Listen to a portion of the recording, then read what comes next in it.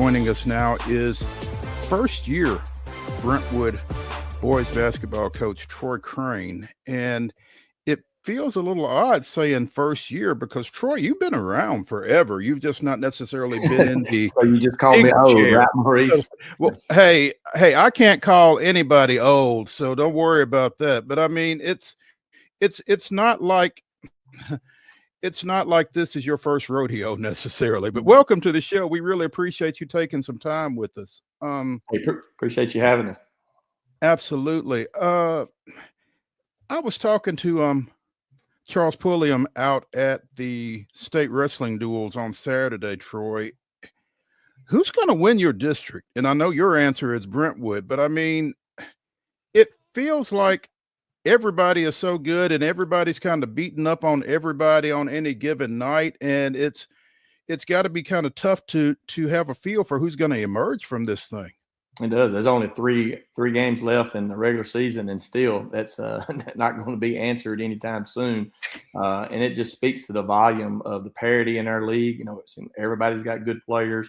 It's one of the most well-coached leagues I've been in. We were joking the other day, me and Coach Bond, as a lot of years, you know, you would really fight and claw for that 1 or 2 seed going in district tournament because that would give you a huge advantage because you could really basically have a cupcake, you know, to punch your ticket, get to the region. This year, there is no benefit to being 1 or 2 or 3 or 4. I mean, the only benefit you're going to get if you can be in the top 4 is to get to play at home, but you're going to be in a dogfight no matter who you play. And it's been that way all season long. I'm trying to grab the standings, but I mean, you guys knocked off a really good Franklin team this past Friday night and took care of them pretty handily, 51-41 at your place. But Franklin's right there in the mix. Nolensville, you guys are 9th in this week's Tennessee Sports Writers Association's Class 4A statewide poll. Franklin is 10th. Nolensville is receiving votes. And, oh, yeah, the defending Class 4A state champion is Independence. Yeah, absolutely. And they're the ones that don't get enough credit. They have quietly flown under the radar. They've been in the top 3 most of the year. And they're a really talented team. And as long as they got Tylen Lewis on their team, they're going to have a shot any night they play. And Coach Wilkins does a really good job with his group. And but you can just go down the list. I mean, you know, Centennial's really playing well. Ravenwood's playing well. Summit's playing well. You know, Page, you know, they've struggled through the flu probably worse than anybody in our district. But I'm telling you right now, once they get their legs back underneath them, and plus they're hosting the district tournament, they could be a very, very dangerous team. Yeah, Coach, as you've navigated this schedule, man, you mentioned all those great teams. Night in, night out is a real battle. But then on the other hand, you look up and you blink, and it feels like the district schedule has already evaporated on us. You mentioned just 3 games left. And I guess I'm curious, what have you liked most about what you've accomplished in district play thus far, and what's maybe still out there you do want to work on? Well, one of the things, it was, you know, no beating around the bush about it. We were kind of, everybody was labeling us as a rebuild year. You know, Daniel Cochran walked out the door, and so did the future Hall of Fame coach Troy Bond walked out the door. So they get stuck with me and then a bunch of sophomores, you know. And but you know, the thing is, these guys have really bought into to working hard in the off season because they knew what type of competition we was going to have night in and night out in our league. And we've changed the style of play on offense. Our guys, you know, used to, you know, we were running 80 man sets to pound it inside to Daniel Cochran every game. And really nobody got guarded outside the 3-point line just because we struggled to shoot the ball. And some guys really took the challenge to work on their 3-point shot in the offseason. And that's where we really changed the dynamic of our offense. Now, we're not shooting the ball well of late, but we come out of the gate pretty strong this year. And, you know, I credit a guy like senior Kevin Spivey, who his guy would be one of the ones that would go double team Daniel last year. And then anytime we got him in the set to where he was above the free throw line, they wouldn't come out and guard him. And now he's shooting around 40% from the 3. So he's really elevated his game. And then just our ability, I think, to shoot the 3 and to be able to stretch that floor to give us some rim attacks when teams do come out and guard us and knock us off that 3-point line. And then you got a guy like Davis Cochran, who's you know, a sophomore, and early on he was the true definition of a Euro big man. He didn't like getting inside that 3-point line very much, but he's really grown into that role of getting down and getting his post touches, and he's starting to get double teams and things like that. And where he's really grown as a player is his ability to throw out of those double teams and find the shooters, like a Jackson McCutcheon, and a Hudson McKnight and a Luke Matthew and Parker Emerson, so those have been really, really big for us down the stretch. Troy Crane, first-year coach at Brentwood, joining us here on Main Street Sports today on Coach's Corner, presented by Ten Pin Alley. You talk about Davis Cochran, Coach, and he and his brother didn't necessarily have the same game, but it looks like you said he has developed into more of an inside presence for you as the year has progressed. And again, that game last week against Franklin, he and Christian Brown really banged against each other a lot. Yeah. Well, that was good experience for him. Christian has really brought out the best in him, as a player, because, you look at Christian, just how much his body has changed from year to year. I mean, you can tell how hard he works in the weight room in the off season, and he's going to be a tremendous player. And his best basketball, I'm telling you, is going to be, as he goes on to that next level. He's got a lot of respect for him in his game, and that has really helped, elevate, Davis's game. Davis sees how well you got to take care of your body and work in the weight room. And he did a really good job this offseason. He's still got some work to do. He's still growing. I believe he's grown 2 inches since the season started. He can stand straight up and scratch his kneecap. So that tells you that he's getting pretty tall and rangy there. But nah, he's really grown into that. And he's been Davis has always been a guy that has shot the three really well, even when he was in middle school. And he came in and he did that, but he's really finding out now, really, for him to grow as a player and play at that next level and be a true stretch four that his game really kind of allows him to be. He's going to have to be able to score on some paint touches and things like that. And then, like it or not, teams are, when you're the leading scorer in a team, people are going to game plan for you and they're going to double team you. And he's doing a really, really good job, of passing out of those double teams and then being able to relocate and move without the basketball to find opportunities within our offense to score. Coach, you talked about Troy Bond walking out the door, retiring after, what will be a Hall of Fame career. As you said, Brentwood advancing to the state quarterfinals last year, finishing up 20-13. What's this adjustment been like for you? I'm always fascinated when assistants slide into head coaching roles. Somebody referred to it to me once as the 18-inch slide from that assistant chair to the head coaching chair. And as you go from making suggestions to making decisions, what's that been like? Well, Coach Bond and I, for those you don't know, he and I were together for 21 seasons. We really had we're friends outside of basketball, but our relationship and being able to work with one another. He ran the defense and I ran the offense, and just being able to help me grow as a coach. Whenever I would game plan and stuff, he would go run the scout team defense. And he'd be like, Coach, I don't think that might work tonight. He was trying, and a lot of his ability to guard our stuff in practice really helped me grow and also helped our players grow. And then, just having that freedom, I think all these years of being his offensive coordinator, so to speak, it kind of made this next step, in my basketball career a lot easier than probably what it would have been if I hadn't had that experience. And then also too, just his mentorship. I mean, he mentors, me all through the season here. He still is in the building at Brentwood High School, so I lean on him a lot. He still helps me watch film. We do a lot of chalk talk. He'll tell you what you think, whether you want to hear it or not, and that's been really good because it helps me to continue to grow and helps put me in position to help make our team better.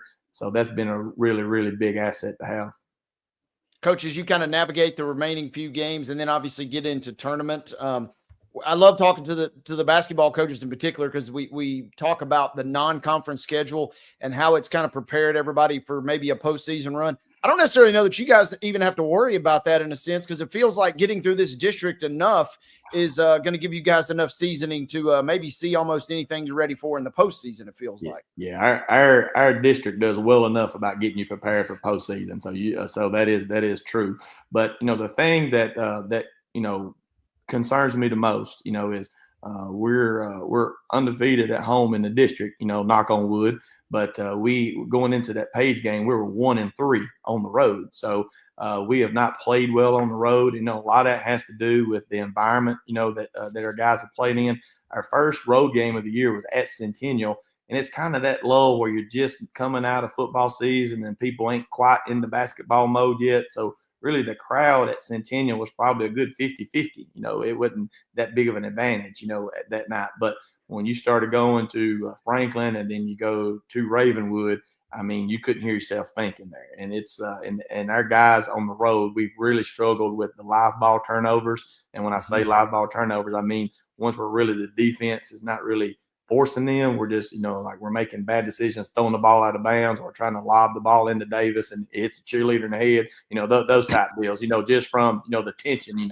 And but so we had 14 turnovers the other night at Page, and that is not going to get it done as we enter in the stretch and down into postseason. So that's got to get cleaned up. So that's been a big point of emphasis, is taking care of the basketball, and then us, being able to win on the road. And so we, we've got, 3 of our last 4 games going into that Page game was on the road. So getting that one Tuesday night really helped our confidence. And then, we didn't shoot the 3 really well. We were 4 of 19 from the 3 that night, but we did a really, really good job of getting the downhill rim attacks, and we got to the free throw line some, and our defense, we played really, really good in the half court defense, so we was able to grind out a win there. So that was good confidence and a good boost going forward, because we do next week we finish up going to Indy on Tuesday, and then we go to Nolensville on Friday. So it's going to be a huge test for us. And to your point, Coach, at Franklin back in early January, you guys dropped a 13-point decision there, and then you get them by 10 this past week on in the MyTV 30 game. So the road, as Mark Byington is finding out at Vanderbilt in the Southeastern Conference, the road is a little different, and how you handle that makes a lot of difference. Like you said, lost 48-46 down at Summit. But defeated Summit before Christmas, 92-45. So it's a lot of difference. Yes, it is. And then, we have a lot of sophomores, in our lineup. So that inexperience and stuff, and being able to fight through adversity that you're going to face on the road. Like we at Franklin, we had to play without Kevin Spivey. He was injured, so he didn't even dress for that game. And then Davis picked up 2 fouls in the first quarter. So we jumped out early to 11-0 lead. And then they went on a 24-6 run because Davis had to sit the entire second quarter. So, but what I was most proud of in that game, even though we did lose, was able to cut it to 4 with 5:42 to go in the fourth quarter. So our guys scratched and clawed back, but we just ran out of gas, and, Franklin made the plays they had to win. But it just shows you, like, adversity is going to hit you sometimes on the road, and you got to be prepared. And that's where, the excessive turnovers and, not valuing your possessions when you're playing on the road, especially being a young and inexperienced team. But like I told them, none of them guys are sophomores now. We've done played enough games. You go through one round of district games in this district, you automatically move up a class in experience. So, I mean, all these guys, you're not young anymore. You're veterans now, so you got to start playing like it. Yeah. Won 4 of your last 5 in district play to get into a tie with Franklin at the top of the standings there. Again, Independence a game back, and then you've got everybody else, within a game of each other. Nolensville sitting there at 5 and 6 in district play, and then Centennial, Page, Ravenwood, and Summit all 4 and 7. So like you said, this last 3 games is really going to kind of a lot is going to shake out over that. You guys have Ravenwood coming to your place tomorrow night, and it doesn't matter where that one is played. It's always going to be big. So I'm sure the atmosphere will be fantastic for that one, just like last Friday. And then, like you said, go to Independence and Nolensville to finish up next week. What are you looking for out of this next 3 games other than trying to cut down turnovers? Yeah, we're just looking for consistency. And the growth within our offense. Like when the 3 ball's not falling, we got to find a way to be able to manufacture points, because we'd like for that to be able to generate the transition points off our press and off our traps. but the guard play is so good in our league. It's just hard to constantly turn people over and over. You can pick spots to do it in to generate a few extra possessions, but you're not going to make a living, depending on that for your scoring. So you're going to have to be able to score when you get those possessions in the half court. And that's what postseason basketball is about. You got to be able to execute when you have those possessions. And that's where we've got to grow. And then, like I said, being able to do that on the road in hostile environments, that's going to be a huge, huge growth opportunity for our basketball team. Troy Crane, Brentwood first-year boys basketball coach, joining us here on Coach's Corner, presented by 10 Pin Alley. Coach, I'm not going to ask you who you want to see necessarily in the district tournament, but who particularly do you feel like, from a matchup standpoint, that kind of thing, who particularly poses a problem for you?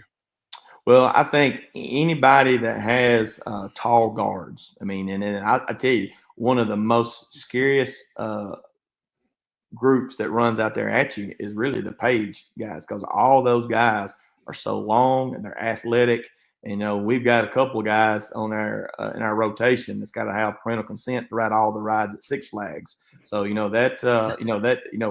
you start running some ball screens and things like that, and they start blitzing you, that the law of verticality sets in, and so it makes it difficult. But Page definitely, with their length and stuff, and that's the thing. It seems like everybody has everybody's got physical guards, so there's really not just one. But I'm telling you, and we had Page at our camp back in the summer, and I got to watch them several games throughout the summer. And they were, the whole thing, you write it down on a piece of paper in the time capsule. They were kind of my sleeper pick, to win our district. I really thought they had all the pieces. And I'm just telling you guys, when they get their sickness over with and they get their legs back under them, they're going to be a dangerous team here in postseason.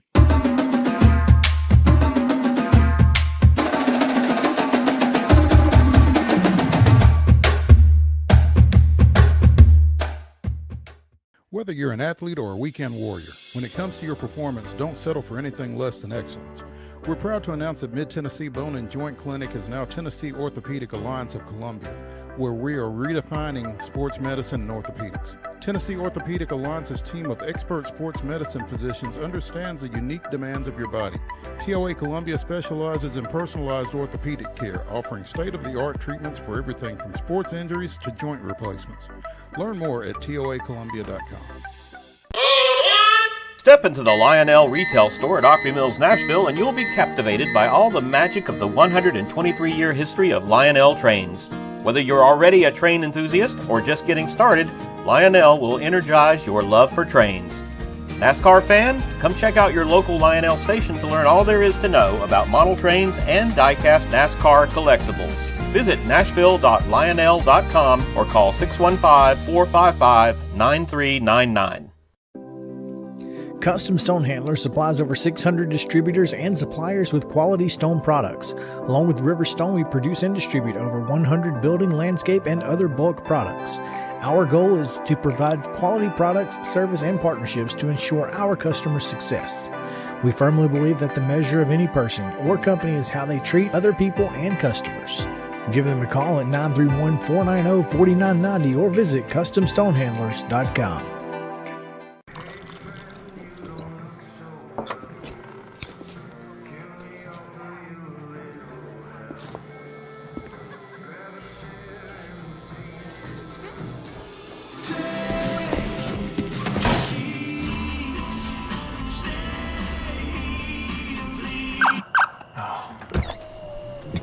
You're seeing the signs too, right? What signs? So Busy Bee is a very close-knit family. We fight just like every family does. We have arguments, but we always come out with a solution to the problems. We don't just fight about what we want, we fight about what customers need. We want to make sure that every customer we go to is more than satisfied. And that doesn't just start whenever we show up at their door, that starts when we show up every day at work. We want to make sure that we are serving our customers to the best of our ability. We will go to Coach Reynolds because he is now with us, joining us. Again, third-year girls basketball coach at Ezel Harding, Gabe Reynolds, here on Coach's Corner, presented by 10 Pin Alley Eat, Play, Party. Coach Reynolds, appreciate you coming in with us. Good afternoon. Good afternoon. Appreciate you all having me on. Oh, absolutely, man. Sounds like it's been a nice season to this point, but far from over, ideally, for the Lady Eagles. Yes, sir. It's been a good season. Been a very fun season for me as a coach. This is probably the best team that I've had the privilege of coaching, the most fun team I've had the privilege of coaching. These young ladies, they play hard for each other. They play together. Their vibe on the court and off the court is impeccable. It's better than what I could ever imagine. You know, and I would imagine that's something that you kind of been working toward over the 3 seasons that you've been there. Just take us through the build up to this 22-3 start for you all. Well, the pieces were already here. When I got the job 3 years ago, Reagan Williams, Briley Price, they were already here, but they also had Amaya. Man, I can't remember her last name now. I can't help you, Coach. Because I had a 1 year, but with that group, that foundation was already there, and Amaya was getting ready to graduate, but Reagan was a sophomore, Briley was a freshman, so I knew I still had pieces in place with her, with that group coming back, and then we just had some freshmen come in. I had a player return back from injury, Ariana Ridgeway. We got Olivia Anyemboy healthy, and eligible last year. And then we had 2 freshmen, Kendall Armstrong and Kayla Bolin. That rounded out the pieces that we needed to go with for this season. So we had a good nucleus. We didn't have much depth, but we made it work the best way that we could with a 7-person rotation. Oof. Again, 22-3, ranked number 3 in the current Tennessee Sports Writers Association's statewide poll in Division 2A, behind University School of Jackson and Providence Christian. You know, did you feel like, you know, with what you had coming back in the situation that y'all were in, that you had this as a possibility? You know, I think you've won what? 2, 4, 6. You've now won 7 straight here heading into postseason play. Do you feel like this was the type season that this team was capable of to this point? We went in with no expectations this year. Our goal was to just at the beginning of the season just be middle of the pack and just try to be competitive. And I think after our trip to Florida, where we played Milford High School out of Ohio, and we lost in that championship game, and we came back. I think that was when the turning point started to go. Going into the game with Good Pasture back on January the 15th or 16th, seeing how we played there, and then the Nashville Christian game right after that, it was like we never talked about it. We started hearing the noise. But I went back to a Nick Saban quote and was like, we're not going to let the rat poison get in and affect us. We're just going to just keep trucking. And we just wanted to fly under the radar. And we did that all season. But, you know, it was later on, toward the end of the season was when we started talking about we might have something special and we might have a chance. Your last loss was to Good Pasture, as you mentioned, 63-50 back on January 15th. My cohort here is a Good Pasture graduate, so I'm sure he's got some questions for you, David. Yeah, Coach, I'd love to hear more about Ariana Ridgeway and Briley Price. She was someone that was on my Miss Basketball candidate list. Kind of talk about what those two provide for your team this year. Well, let's start with Briley. Briley is the heart and soul of the team. Briley is a natural athlete. She just loves to play. And when Briley is going, the rest of our team kind of goes right with it. Ariana has been our glue. She was our glue piece last year prior to tearing her ACL during the Christmas tournament at Lipscomb. but I always knew Ariana's game. Those two being right there and they playing off each other, that's helped take the pressure off of Reagan Williams. That's taking some of the pressure off Kendall Armstrong. That's taking the pressure off Olivia as well, because most teams have two players that they can focus on.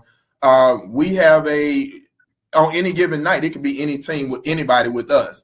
Briley doesn't just impact the game with scoring. She can facilitate, she can rebound, she can assist, she can play good defense. Ariana is a 3-level scorer that can score in the paint, at the mid-range, shoot the three. I can play her in the post. She can run the floor and be a rim runner. Everybody's just so versatile, and it starts with those two right there. Coach, I loved how your schedule kind of rounded out at the end of the year, where Mo mentioned that you guys lost at home to Good Pasture in the middle of January, and you were able to kind of get some revenge last Friday night to win the district championship on the road against a really good team, a team that made it to the state championship game last year. I'd love to hear your message in the locker room pregame that got the girls fired up to be able to pull out the 2-point win on the road. Well, I can't take credit for my message. I have to go back to Bruce Pearl when he was at Tennessee, and he was playing. He was the number 2 team in the nation, and they were getting ready to play John Calipari and the Memphis Tigers, my Tigers. And I remember that speech, and it just stayed with me when Bruce said, "You got to have passion, poise, and purpose." We blocked out the noise. We knew everybody was going to talk about that game. Once Nashville Christian beat Good Pasture, everybody started looking at February the 7th and saying, that's the game, that's the game. So if it wasn't for Nashville Christian, we wouldn't have been in position. So we thank them. But in the locker room that particular day, we just wanted to have passion as we played the game, poise when they made their runs, poise when the crowd got into it, and we were playing with a purpose. We knew what our purpose was that night. And last thing I told the girls was, I don't know if we're the number 1 team in the district, but we were 32 minutes from being the number 1 team in the district. Gabe Reynolds, third-year basketball coach at Ezel Harding, joining us here on Coach's Corner, presented by 10 Pin Alley. Coach, you said that the pieces were in place when you got there, basically. What do you feel like you have added to that mix to, again, elevate this program to a district regular season championship, the number 3 spot in the state in the TSWA rankings, and whatever is ahead of you all over the next few weeks? I think when I got here, I just took what the previous coach was doing, because he had started to turn the program around from the down years. And we just came in and we just started. I just added that military structure because I'm an active duty Army vet. So we came in, we added that structure. We started pushing the girls out of their comfort zone. We started holding them accountable, and we made practice harder. They were just going through the motions and having fun in practice. We were making practice harder because every last one of these young ladies said, I want to play at the next level. So I told them, my dad coached at Texas Southern for over 20 years. So I told him, I said, if you're going to play at the next level, you're going to have to practice hard. You're going to have to play hard, and I'm going to hold you accountable. I'm not going to be easy on you. There are going to be some days you're not going to like me, and they accepted the challenge.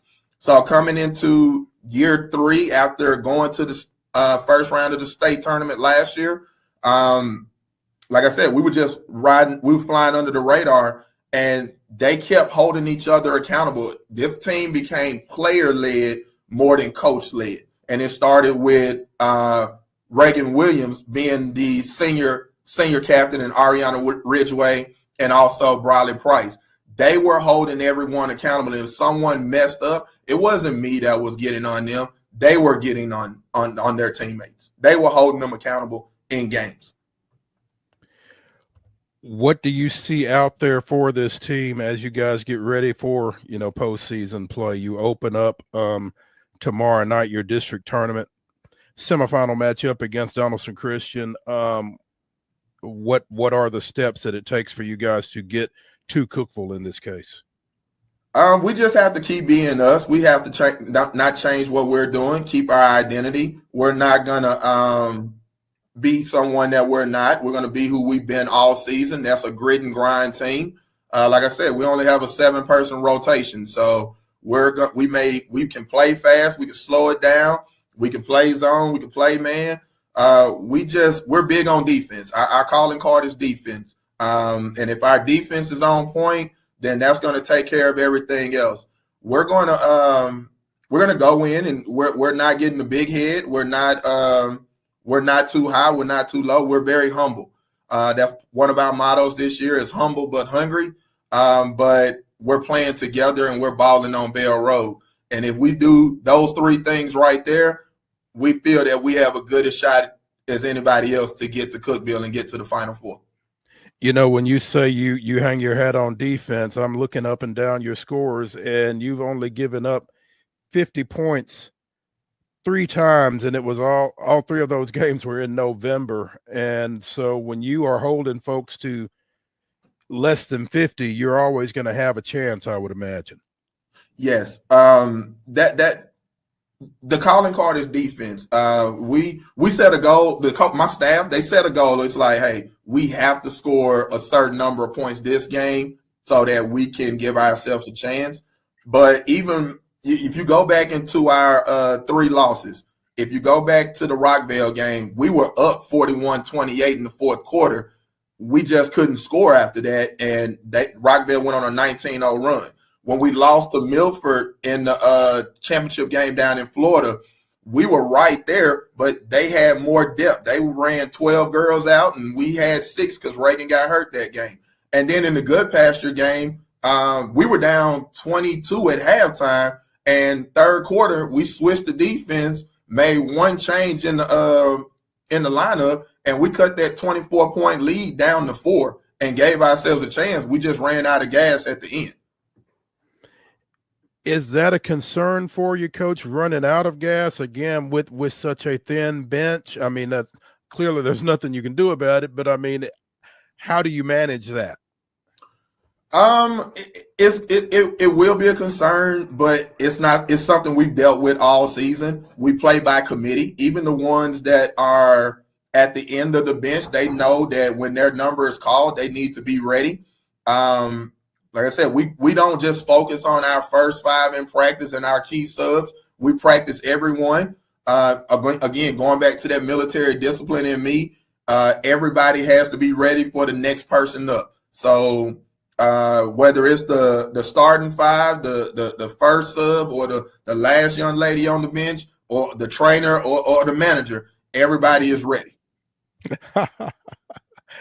Coach, I got to ask you, we are so social media based with this show as we look for who to tag from Ezell Harding girls basketball. Tell me about Dragon_Slim10, which is your Twitter handle. So I was stationed at Fort Bragg, which is now Fort Liberty, and I was a part of the 82nd Airborne Corps, and we fall under 18th Airborne Corps, which is the Dragon Brigade.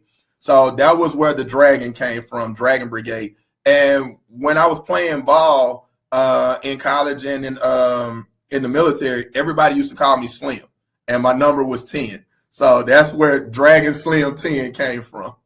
Awesome. I love it. I always love those Twitter handles, those social media handles that have a story behind them. So that's cool to know.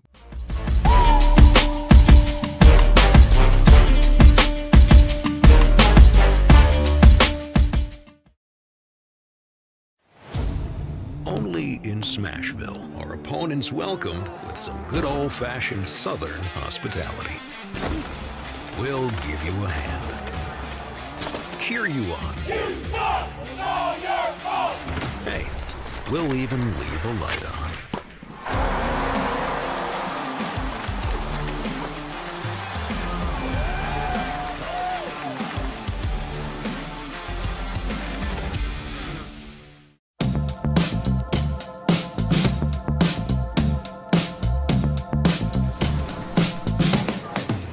Do you wanna be a bad man?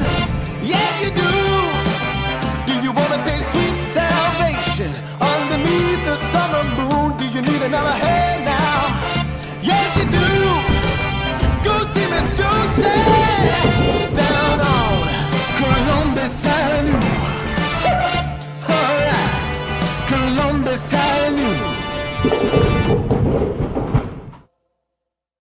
At Delta Dental of Tennessee, we know our success begins and ends with providing superior quality service, and that includes serving those who need it most.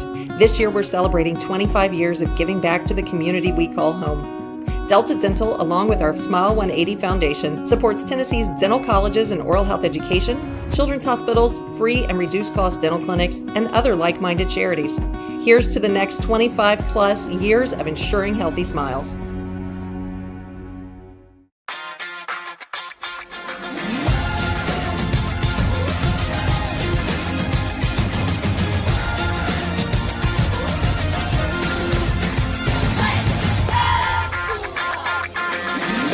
Whether you're an athlete or a weekend warrior, when it comes to your performance, don't settle for anything less than excellence.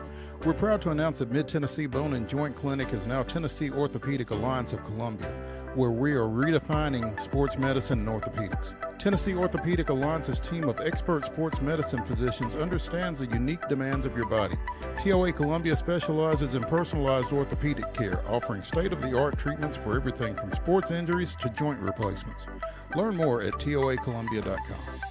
It is time for Coach's Corner, presented by 10 Pin Alley, Eat, Play, Party, and we are pleased to have cornered Laverne boys basketball coach, former Wake Forest point guard, Tony Rutland, and I am equally excited about both of those titles, actually.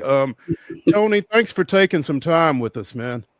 Thank you for having me. I've heard a lot about the show, seen it a couple of times, and I follow a lot of y'all when you talk about sports. So I appreciate y'all having me on. Yes, sir. Well, welcome in. We appreciate the follow and the support, and I'm sure a number of folks are following your Wolverines, who have not lost in the 2025 year. Yeah, we had a tough schedule in the beginning of the year, which I schedule on purpose. So it puts us through the ringer early so we can get experience playing tougher teams. So when the tournament starts, we've been battle tested, win or lose, we've been battle tested. And we just so happened to really catch on in the month of January and continue to district play in February. So we were able to just play good basketball, but, still have to learn and get better too. 17-7, 13 straight heading into postseason play, wrapping up the season with a 78-65 district win over neighboring rival Smyrna. It's always good when Laverne beats Smyrna, I know, but yeah. Tony, what do you attribute that success to? You guys coming off of a 23-12 finish last year, advancing to state quarterfinals, falling to eventual champion Independence in the quarters. But what has helped this team get to this point? I really think that we're still a veteran team. I lost two main guys last year, my point guard and my big, who went to college and graduated last year and went to college. But, Landon Bryant is our main guy. He's been steady for the last 3 or 4 years since I've had him. And I had to make him into a point guard per se. So, he has now changed from being a shooter to a combo guard.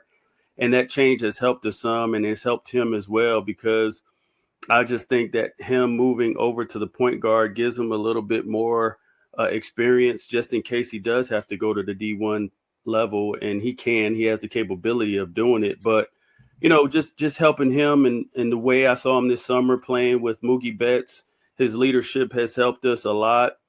But, really, other than two guys, everybody was on the team last year. So they experienced a lot of the hard scheduling and the success that we had last year. And so they've been through it. So I think a lot of guys, haven't really played, but yet they're still veteran guys. So, and I contribute to them just sticking through the tough schedule and working hard, coming to practice, wanting to learn, watching film, and, trying to get better. Tony, I wanted to ask you, kind of glancing through your results, obviously during this win streak here, you guys are rolling. But it seems like you've also had a couple of games where you're winning tight, hard-fought contests, a couple of possessions, or even a 1-point victory. Is that something that your team has kind of shown you, that extra level of grit? How do you attribute winning so many close games during this run you guys are on? You know, the most proudest thing I've got about, I really like about our team this year is just the fact that we don't panic. We've been down 8 points. We've been down close to 10, but we never panic. And I think that contributes to, again, leadership and just playing the tough schedules. So they, through all those thick and thins, we execute our game plan.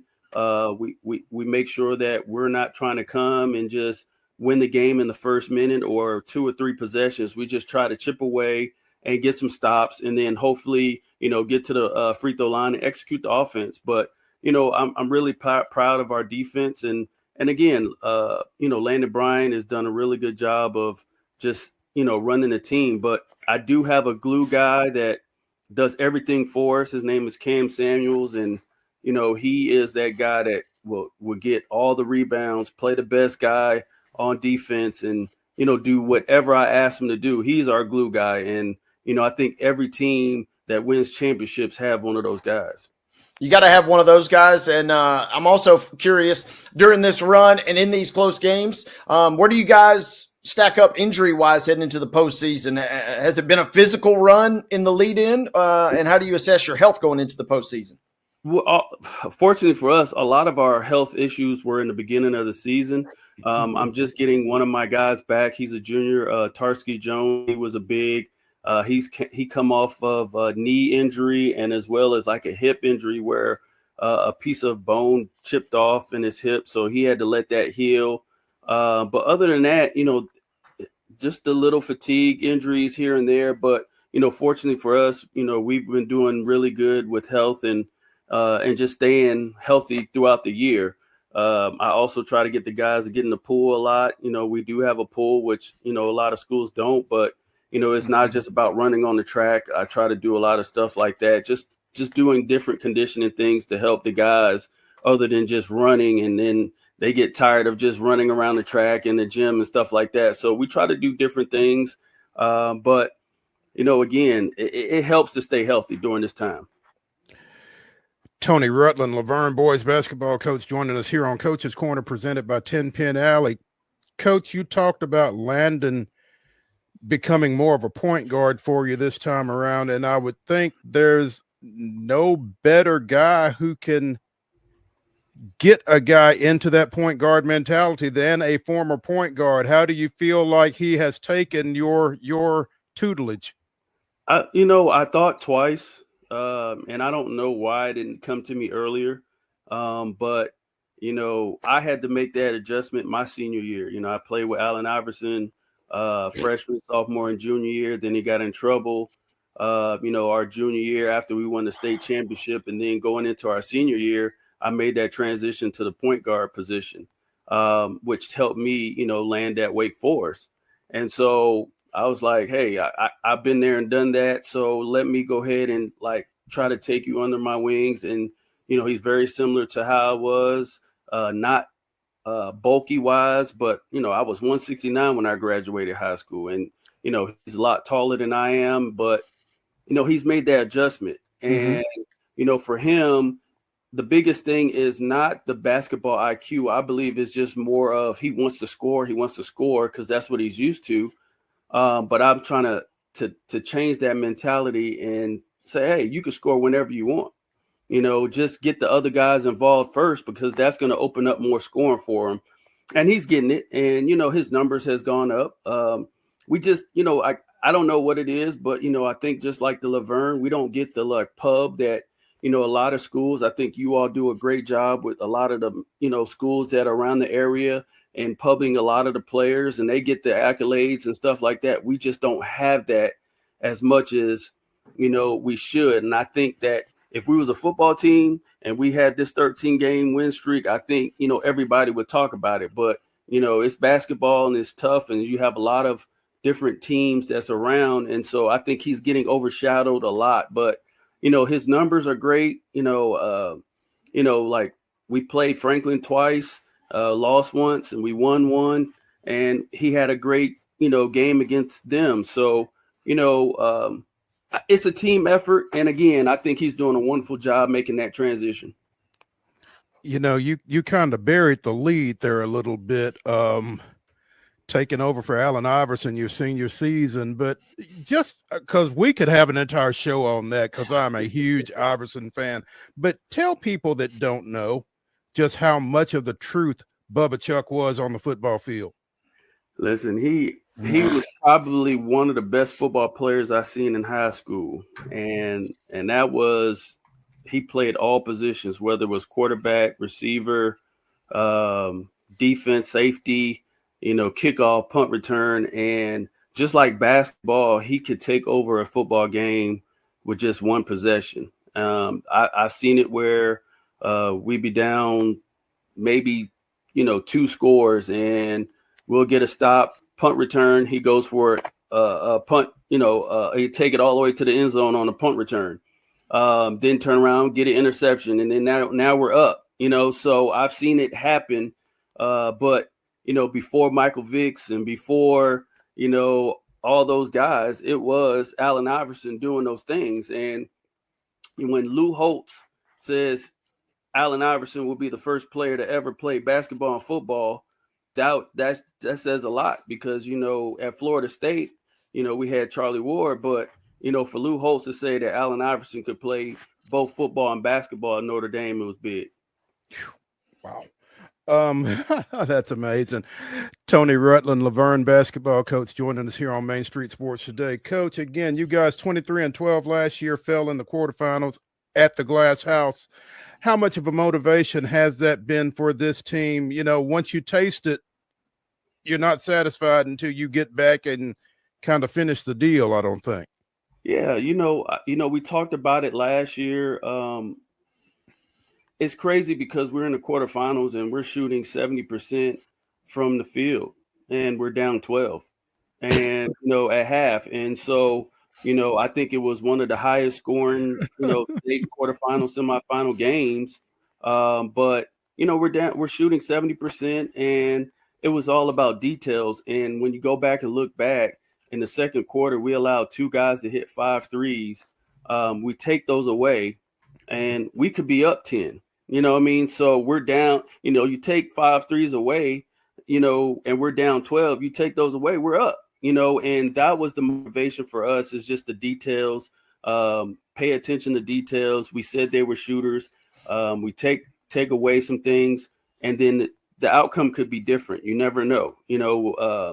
Beating Independence, that could have got us a momentum, and then just like Cookeville beating Bartlett, that took them over the edge, and then that took them to the finals. So in March matters, that we say, it's just one game, and I go back to the UConn when they were the last seed in the Big East. They just went on a run, and Kemba Walker took over, and the rest is history, national champions. So, it's just a momentum builder.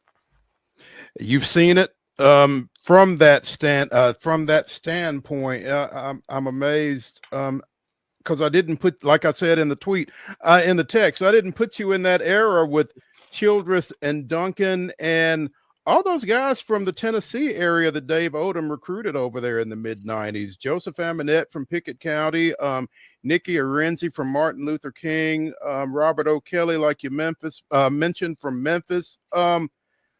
Kind of the heyday of Wake Forest basketball, and you're right there in the middle of it. Yeah, those guys came in, and as a freshman, I was kind of underrated, because again, Allen had so much pub, parade, All-American, and I played with Boo Williams, and one of the teams that we used to hate playing was the Tennessee Travelers, Ron Mercer. So it was Ron Mercer, it was Rodney Dale, who went to Wake Forest as well. And then, you had all those guys that played. Those were our really like rivals. cross-state rivals because they played so hard and we could never get over the edge, and they would play and we'll beat them and they'll beat us. But, you know, when I came in as a freshman, you know, I had to work hard to get my playing time. You know, I'm in the All-Star game and Dave Odom says, listen, you're not going to play any minutes unless you play defense. And I'm in an All-Star game. I'm doing 360s. I'm doing all this stuff. I'm not thinking about defense like you're talking about, like the NBA All-Star. Who plays defense in that, right? But, you know, I took that in perspective, and as soon as I got on campus, I was able to do the same thing. And then when I was a senior, I was able to take Robert O'Kelly under my wings, help him get Freshman of the Year. A lot of teams, they just, you know, would keen on me, and I was able to find Robert O'Kelly, and he had a successful career at Wake as well. So, you know, from me being a freshman, winning an ACC championship, going back to back and having more of a role my sophomore year, I try to instill that into the guys that I coach and you know, and train now. But, you know, they got to continue to work hard and go game speed when they're working out. What is next for this Laverne team? You guys go into postseason play. I've not been able to find a bracket, but what have y'all got going on? And how has the weather impacted y'all? The weather has impacted us a little bit here. The girls were supposed to play today. I think everybody's going to play on tomorrow if we're permitted. If not, then I guess they'll move it to Saturday. But as of right now, they'll have I think our girls will play tomorrow at 4, starting at 4, and it'll move on to like 8:30, I believe. So there'll be 2 girls and 2 boys to play tomorrow. And then Saturday we'll have the same thing. We will have the semifinals and finals for girls and boys. And then the girls championship will be Monday, and the boys will be Tuesday. And where is all of that, Coach? All this be in Lebanon. Oh, nice drive. Yep, it will be. And, you know, they have a great facility. So, you know, this is the last time, you know, we'll be with Lebanon in our district with Cookeville. So, you know, next year everything changes, and, you know, we're going back to kind of like the Rutherford County thing, but it should be a good tournament. What's the key for you guys navigating that thing and staying hot? I think, you know, we've been there and done that. I think, you know, just playing our game. You know, now we're in the end part of our marathon, as I say. You know, my saying is a marathon, not a sprint. And, you know, we're right at that end of that last mile where guys who are freshmen are not freshmen anymore. They should be sophomores, and vice versa, you know, for sophomores, they're juniors. So now you have gone through the season where you should be mature and nothing should rattle you. And that's where we're going to go play our game and hopefully, you know, make teams adjust to us and other than us adjust to them.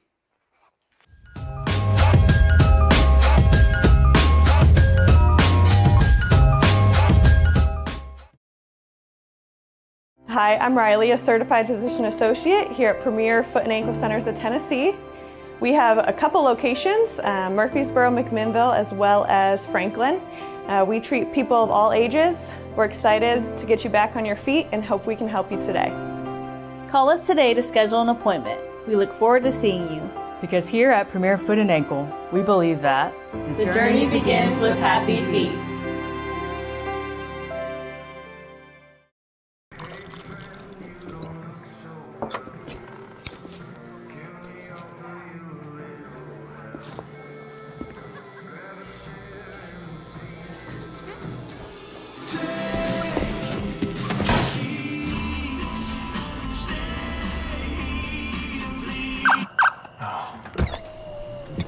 You're seeing the signs too, right? What signs? Whether you're an athlete or a weekend warrior, when it comes to your performance, don't settle for anything less than excellence. We're proud to announce that Mid-Tennessee Bone and Joint Clinic is now Tennessee Orthopedic Alliance of Columbia, where we are redefining sports medicine and orthopedics. Tennessee Orthopedic Alliance's team of expert sports medicine physicians understands the unique demands of your body. TOA Columbia specializes in personalized orthopedic care, offering state-of-the-art treatments for everything from sports injuries to joint replacements.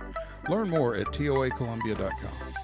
Jones & Lang Sporting Goods here in Columbia has been outfitting teams, officials, and anybody else from T-ball to college for 50-plus years. Be sure and check them out at 931-388-8060 or online at jonesandlang.com. Jones & Lang Sporting Goods, the look of a winner. Zion Christian Academy, zioneagles.org or 931-388-5731. You can schedule your appointment. Go tour their campus. It is beautiful over there, and you're definitely going to want to see it. Again, it's zioneagles.org. Give them a call, 931-388-5731, and schedule your tour today.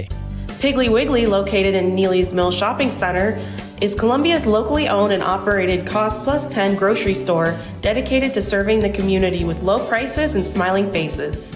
Piggly Wiggly offers fresh, hand-cut meats daily as well as daily hot plate lunches from their deli counter. You're certain to see smiling faces and a helping hand when you're here at Piggly Wiggly. Come by and check out our fresh produce, high-quality meats, and more. Down home, down the street, we'll see you at the Pig. Coach's Corner, as we typically do on Thursdays. We are pleased to have with us Liberty Creek softball coach Kelsey Cartwright. The Wolves. Thanks for having me, guys. No, thank you, Coach. The Wolves, in their second season of competition, won the Class 2A state championship. Kelsey, what do you do for an encore? You know, it's really about taking every day and what it's worth and just trying to get better that day and continue to make the choice to be good teammates, and the results really will speak for themselves. So while we want to be competitive and be back where we were last year, it starts with a focus on every day, not a day that's months away. So that's kind of the approach we're taking this year. At the same time, you got to feel like that bullseye is going to be on your back. If y'all aren't discussing it, other folks are. You know, we're playing the defending state champs. Right. And it's one of those things that I'm so fortunate that I was able to play for a great program at Good Pasture. As an 8th grader, I got to come in and play with a very historic senior class: Daniel Peroni, Tony Hutchison, Jamie Walmsley, Jocelyn. All of them were going to go play big-time ball in college. And we had a lot of success due to them and our coaching staff, where we won 4 times in a row. So as a player, I got to really get to understand what that feels like, to be able to still play the game, even though everybody's coming for you at the same time, because it is different. It's easier to win that first time when nobody knows who you are. And it's different once people do know who you are. So trying to slowly let the girls know how that's going to be a little different this year at the same time, for sure. Don't let Kelsey fool you while she mentions all those other individuals that went on and played big-time softball. Kelsey was Gatorade Player of the Year out of Good Pasture and signed with Auburn originally. So it's not like she was just kind of watching great players. She was a pretty great one herself. How do you pass that experience and that knowledge along to your kids on a day-to-day basis, Coach? You know, God's blessed me so much to be able to come back at the high school level, because even when I was in high school, I knew in my heart I wanted to be a high school coach and teacher. I remember telling my coaches that's what I wanted to do, and here I am. I just love being able to give back to the game and give back to the girls. And as I tell them, try to learn things a little easier and not the hard way like I did a lot of times. And while I still try to do that, the game has grown and changed so much with the amount of exposure that softball has, especially at the college level. It's one of those things that it's super exciting for this generation of softball players because of the opportunities they have. But I definitely have some wisdom that I'm trying to give them from somebody whose, college career is further and further in the rearview mirror. Coach, as you kind of make that transition and as this team kind of makes that transition, we catch you just before the start of the season. Break it down for us. What does this, in your mind right now, what does this year's team look like? We obviously maybe have an idea of what you would like it to look like, but what do you kind of see when you kind of unfold your roster at the moment?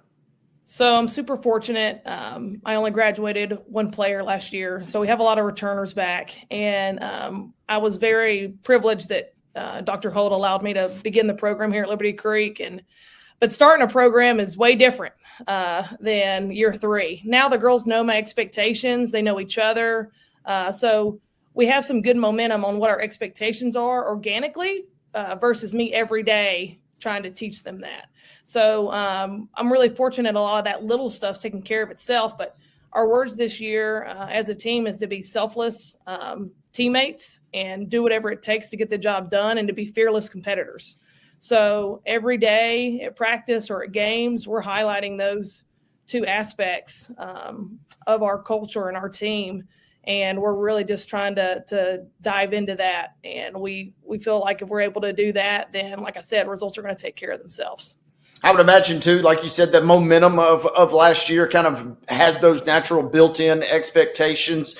And it's easy to kind of be selfless when you've kind of – it feels like when you've seen the results and they kind of played out exactly the way you mentioned last year.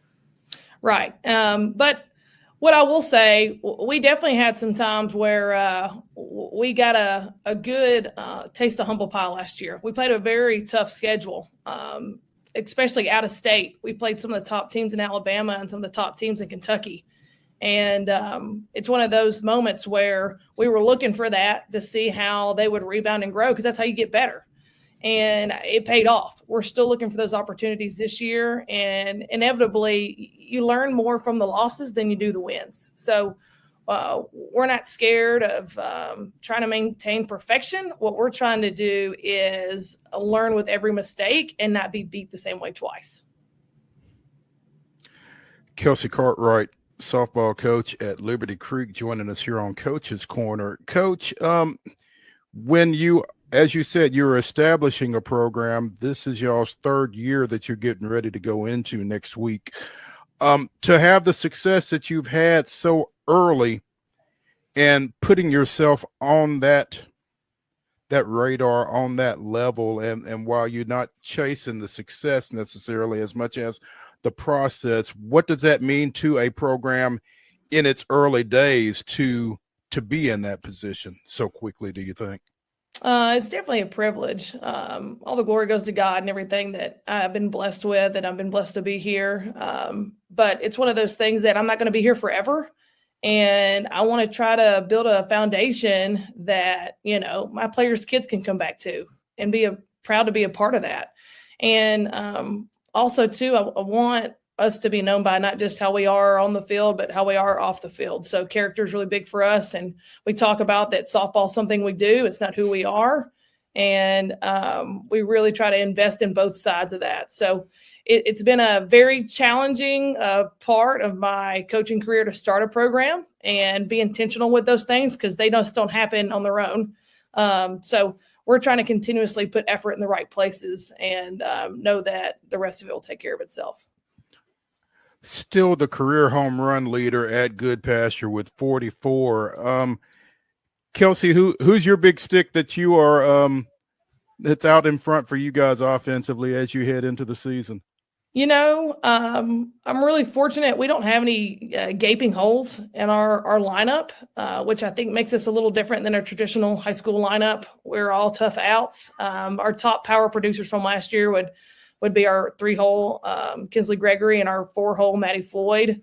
And yes, they do produce a lot of offense for us, but they're not the only ones. So I think we have a really balanced offensive attack, not even in our starting lineup, but kids coming off the bench. So I really look forward to seeing those two in the 3 and 4 hole continue their success. But I know that they're backed up and the next person's ready to pick up the bat and make some pop themselves. I was chatting via DM on X or Twitter with friend of the show and softball analyst Marin Angus Combs. Talk to me about Kayla West. Kayla West is a very, very talented pitcher. She was a little bit delayed in her high school career due to an injury, so she actually wasn't able to pitch at all her freshman year. So her sophomore year last year, as anybody that can check a stat line can say that it was pretty impeccable, because even though it was her sophomore year, really on the field, it was her freshman year. She is able to command the ball with a lot of great movement, and she doesn't miss often, almost so much that I have to make her throw balls because she is so incredibly accurate. And that's just her physical set. Her mental competitive side is what continues to set her apart. She wants the ball in the big moments.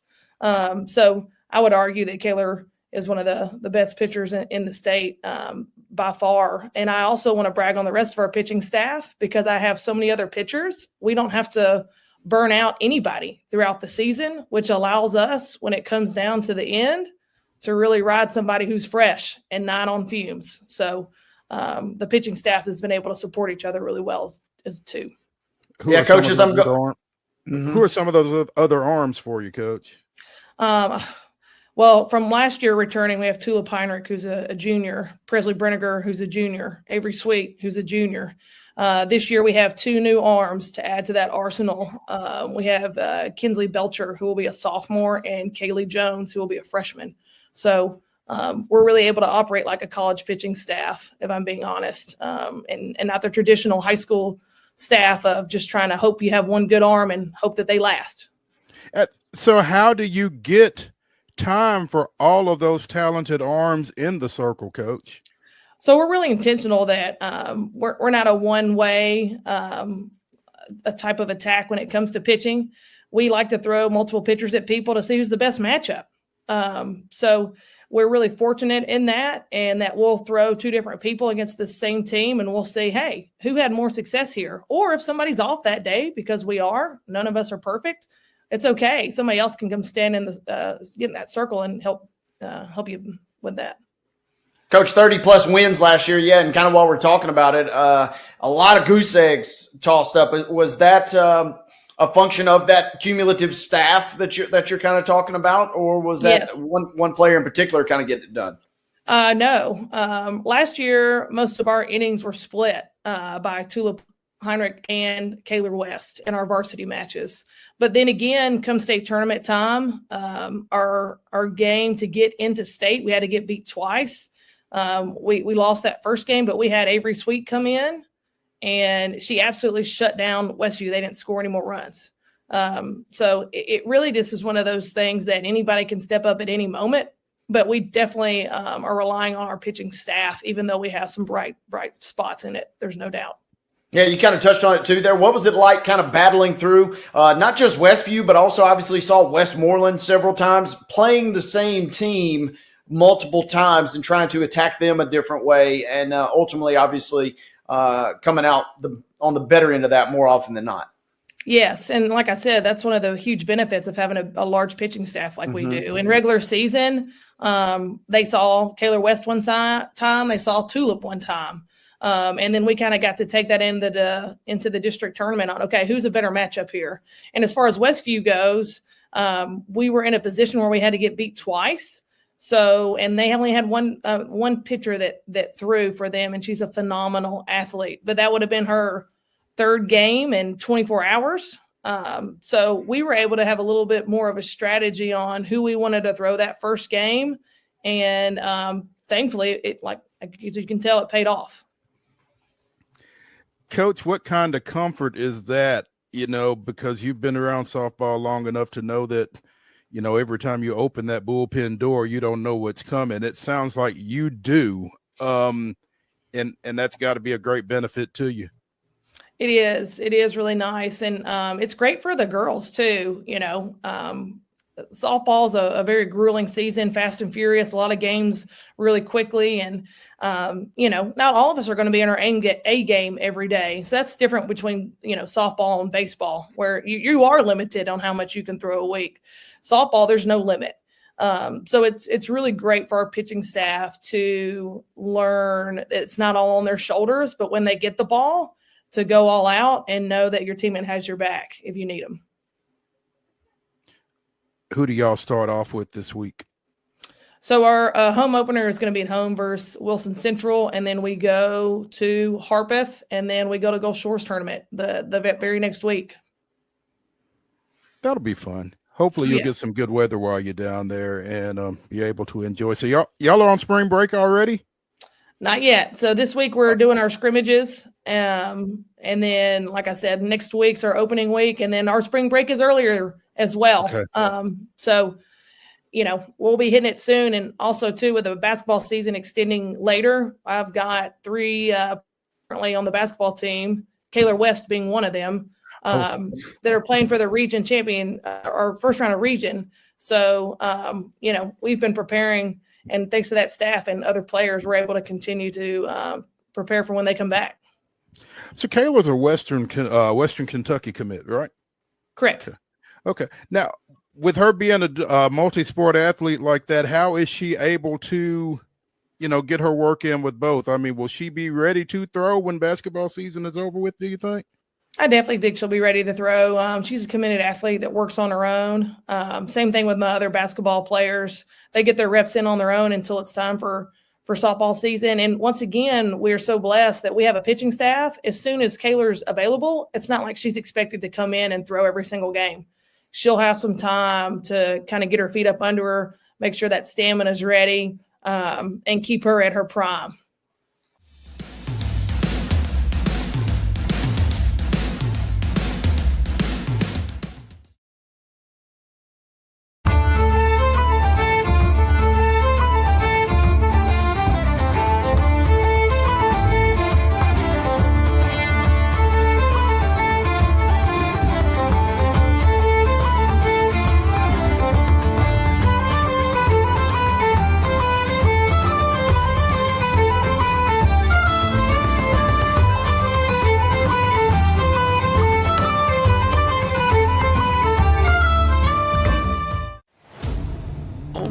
Smashville, our opponents welcomed with some good old-fashioned Southern hospitality. We'll give you a hand, cheer you on. You suck! It's all your fault! Hey, we'll even leave a light on.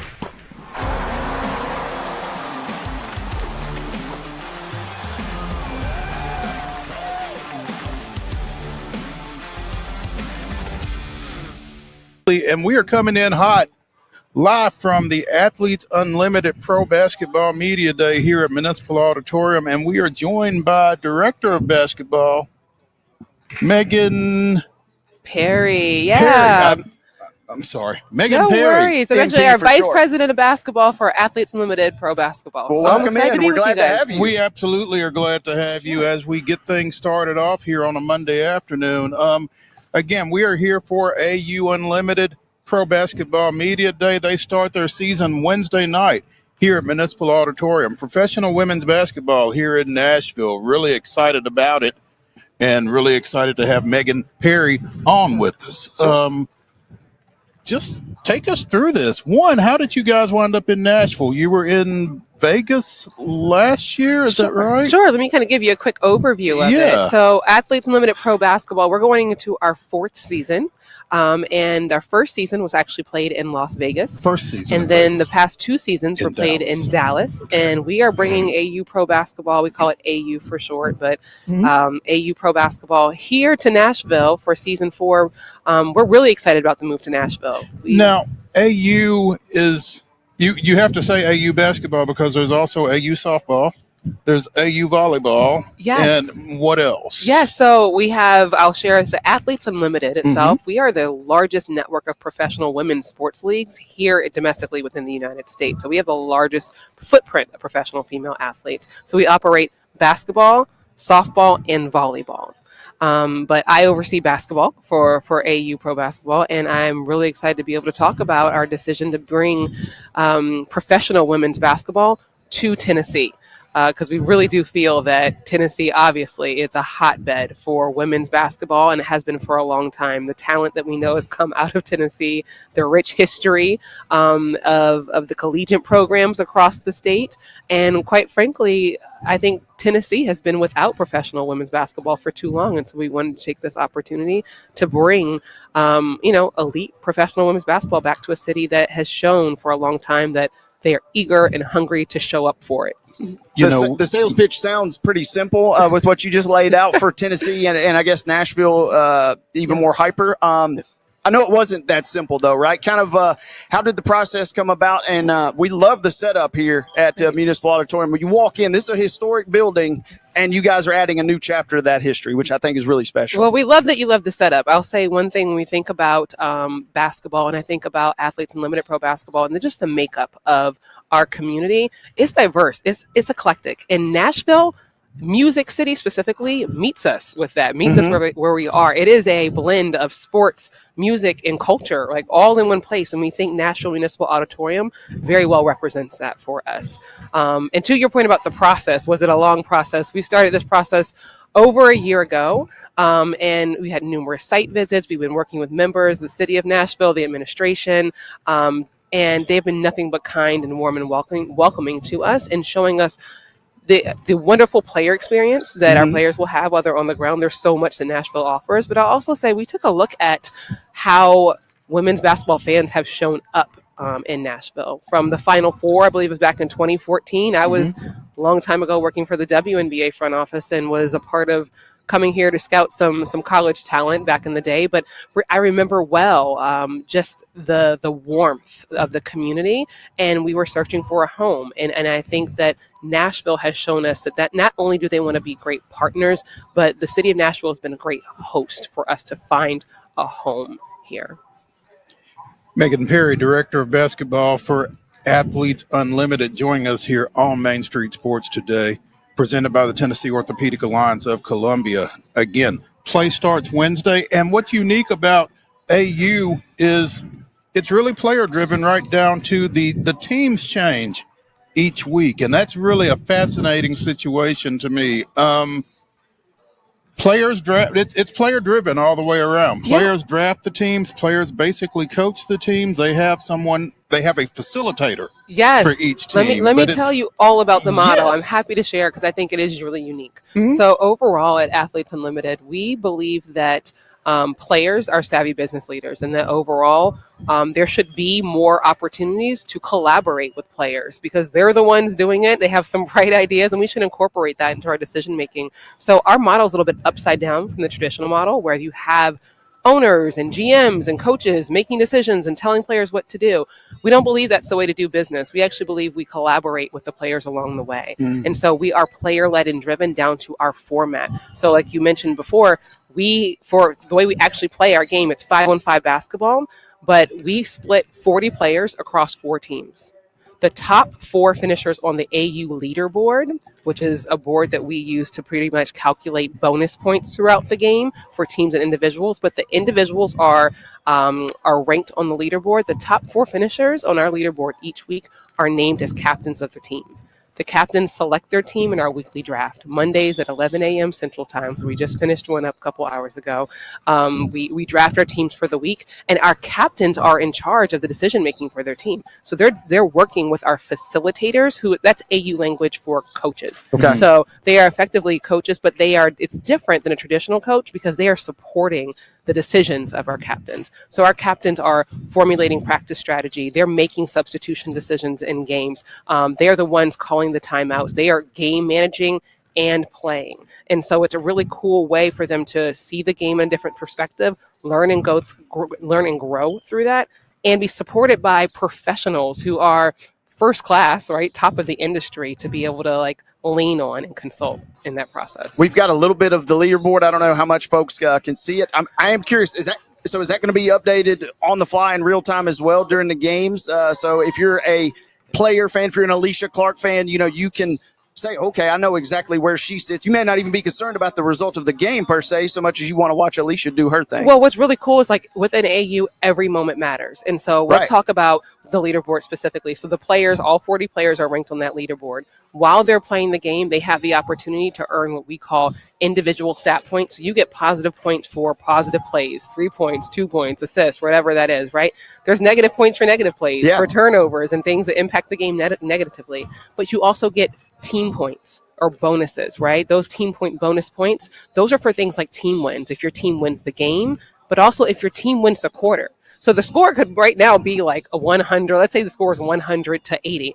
Normally fans are tuned out and the players are tuned out at that point, but not at AU. You're playing to win the quarter. And why does that matter? Because they're playing all those bonus points that go on the leaderboard are tied to compensation, because at the end of our season, our players are playing for a pool of $1 million prize, right? And so they are incentivized to be able to compete at a high level with their team, but as well as an individual. So it's really cool. It's 5-on-5, and on top of that, if you're interested in following the bonuses and the leaderboard, it's a really cool way to engage fans. How did you all determine the captains for this week? Yeah, so the captains to start. So we made a little bit of a change in the off season. So the captains for week 1 are pulled from a pool of returning players, and it's randomized. So we had a random pool. We pick the numbers out, and the numbers that are assigned to those names are captains for this week. So it's random, but one of your 4 captains is former Hillsborough High School standout, former Tennessee Lady Vol, Isabel Harrison. So how about that? Listen, go figure. Yeah, no, listen, she's been around. She's been a part of the AU family for a while, and kind of knows the ropes. But when we think about putting a really great product on the floor, it's important that when we, our pool of returners, that it's important that we pull from people that have the experience here on the floor within the AU system and can kind of help show the way. But what's different about last year than this year with AU, every single week, it's kind of like every single week matters a little bit more, because the way that the captains are chosen and selected for the next week is based on their performance for the week prior. Right? So that makes sense. You have to show up every single week, and we anticipate that there could be more variation at the top of the leaderboard. So it could change. It depends on how players perform that week. I love the format. I love the model. And I want to ask you, how can fans, what's the easiest way to get involved? We know Wednesday is going to be opening night. It's going to be epic. So what is the simplest or easiest way for folks to come down and support you guys? Yeah, we love that. Well, first of all, we know there's a lot of eyes on Nashville. We know there's a lot of eyes on women's basketball. So come down, put your butt in the seat, Nashville Municipal Auditorium. You're going to have a great up-close experience, a really intimate basketball experience. You can find all information, auprobasketball.com. You can purchase your tickets there. You can get in here. You can follow our leaderboard, follow our players at AU Pro Basketball as well on all of our social handles. Is the best way for people to figure out how to get in the building and how to be able to see these players up close. You've got ball games scheduled Wednesday night at 5 and 7:30. Team Harrison plays Team Colson in the nightcap on Wednesday. 5 and 7:30 on Friday. It's Team Kirsten Bell and Team Izzy in the nightcap on Friday, and then on Saturday, February 8th, it's 5 and 7:30 as well. So it's consistent times. We want you all to know when and where to show up, and getting your seat early. And the best thing about it, our back-to-back format, you will get to see everyone play that evening, right? You show up on one day, you get to see everyone play. And so we do try to maximize weekends. We know we want people to show up on Wednesday, but you have another opportunity Friday and Saturday as well to see any action that you missed earlier in the week. As Megan said, she'd love for you to get your butts down here in the seats, but Wednesday's games are available on ESPN Plus. Friday's games can be seen on the WNBA app and on FanDuel Sports, and Saturday's games will be aired on ESPN Plus. So thanks for that. Oh, absolutely.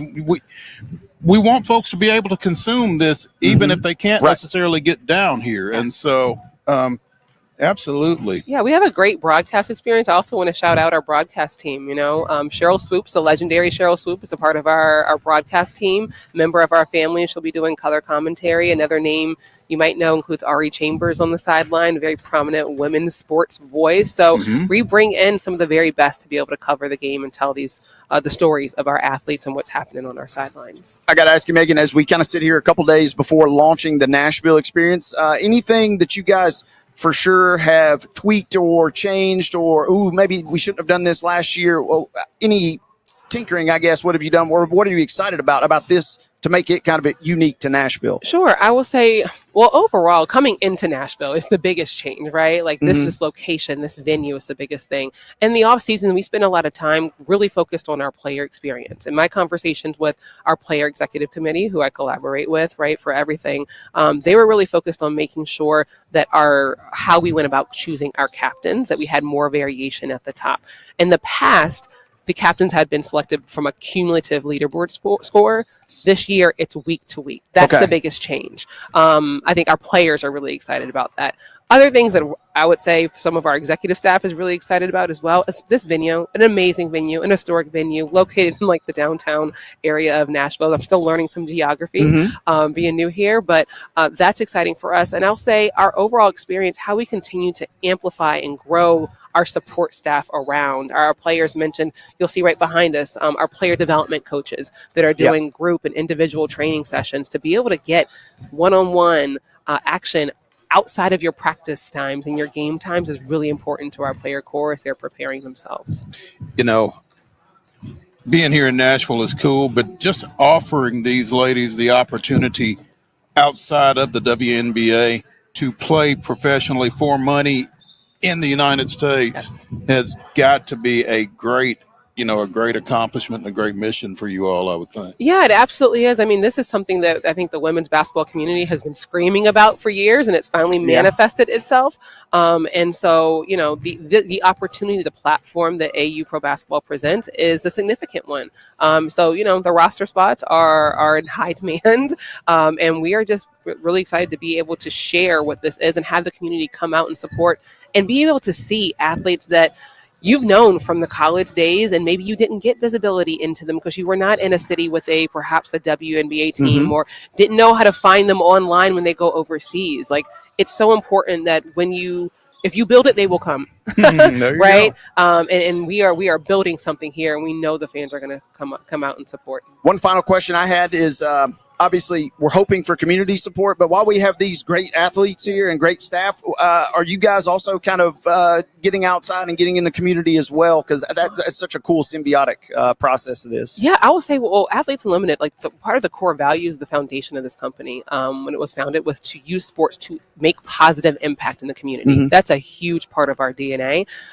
One of the things that AU Pro athletes are really excited about is the opportunity to play for a cause. Let's start there. Okay. So each of our athletes identifies a cause that's important to them. We amplify that cause throughout the season, and at the end of the season, we make a donation on behalf of that player to that cause in the amount that's equal to their win bonuses. So we're passionate about making impact. Then here within the Nashville community, we are thrilled. We just actually had a wonderful basketball clinic at Hillsborough High School, which is the former high school of Isabel Harrison, where she was just inducted into the Hall of Fame, and Dory Harrison. Had a wonderful group in the community that came out to support that. February 9th, I believe, we will be having a community day of giving where we've identified a number of different organizations throughout the city of Nashville, and our players and our staff will be showing up to support those organizations. And so we're doing the best we can to get out. And I will say, coming here, what you will see that's unique and different is how during our games, our in-game entertainment, how we embrace the community, number of different community groups performing on the sidelines and really trying to tap into the heart of Music City and make sure that everyone is represented is something that we've prioritized. Megan Perry, Director of Basketball for Athletes Unlimited, joining us here on Main Street Sports today, presented by the Tennessee Orthopedic Alliance of Columbia. Megan, really appreciate your time. Thank you. Thank you for getting us started here on this Monday afternoon, and look forward to seeing you here over the next month and some change. Same. You guys come back, you hear? Absolutely. Well, that's our line. Yeah. Thank you, Megan. All right, thank you for having me. Hey, Mid-South 5 Fitness bringing you our Top 5 Tuesday as Wade and I give you our top 5 most memorable sports trades. And again, this stems from the Lakers and Mavericks midnight move on Saturday night / Sunday morning, moving Anthony Davis and Luka Doncic. So, Wade, the floor is yours. Man, first one out the gate, I mean, the great one. Wayne Gretzky gets moved in the midst of 4 Stanley Cup championships. This has got to be one of the more memorable ones to me. And so much so that it was the first ever, there's been some good ones, but it was the first ever 30 for 30 documentary on this trade as Wayne Gretzky moves to Los Angeles, Edmonton, depending on your love of Canada. I mean, Canada kind of almost tried to intervene here and say, hey, you ain't getting our guy. This was in the midst of Edmonton in 84, 85, 87, and 88. And then poof, he's traded to the Kings. We could have had that was the closest we've ever came to war with Canada in recent memory, I feel like. No comment. My number one is not a trade. It is 3 trades. The 2021 MLB deadline following Ronald Acuna Jr.'s torn ACL that ended his season in early July. Alex Anthopoulos got Jock Peterson 5 days later from Chicago, but then at the end of the month, he trades for Jorge Soler from Kansas City, Eddie Rosario from Cleveland, and Adam Duvall from Miami.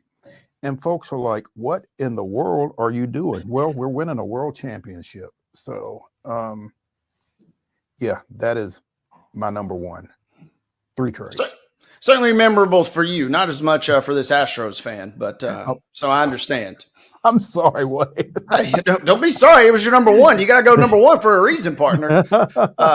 Number 2 for me, give me KG to the Celtics, because this was one that, to me, when I heard the news, I kind of felt like, ooh, they're up to something, and ooh, this is going to be a big fit, and kind of the original big 3 in a sense. It's kind of been attempted, hadn't often been successfully as duplicated, but when KG right in the midst of kind of knocking on the doorstep but never getting it done up in Minnesota, poof, he ends up on the Celtics, kind of giving them a new sense of life there. I think KG to the Celtics is certainly got to be a number 1 on my list.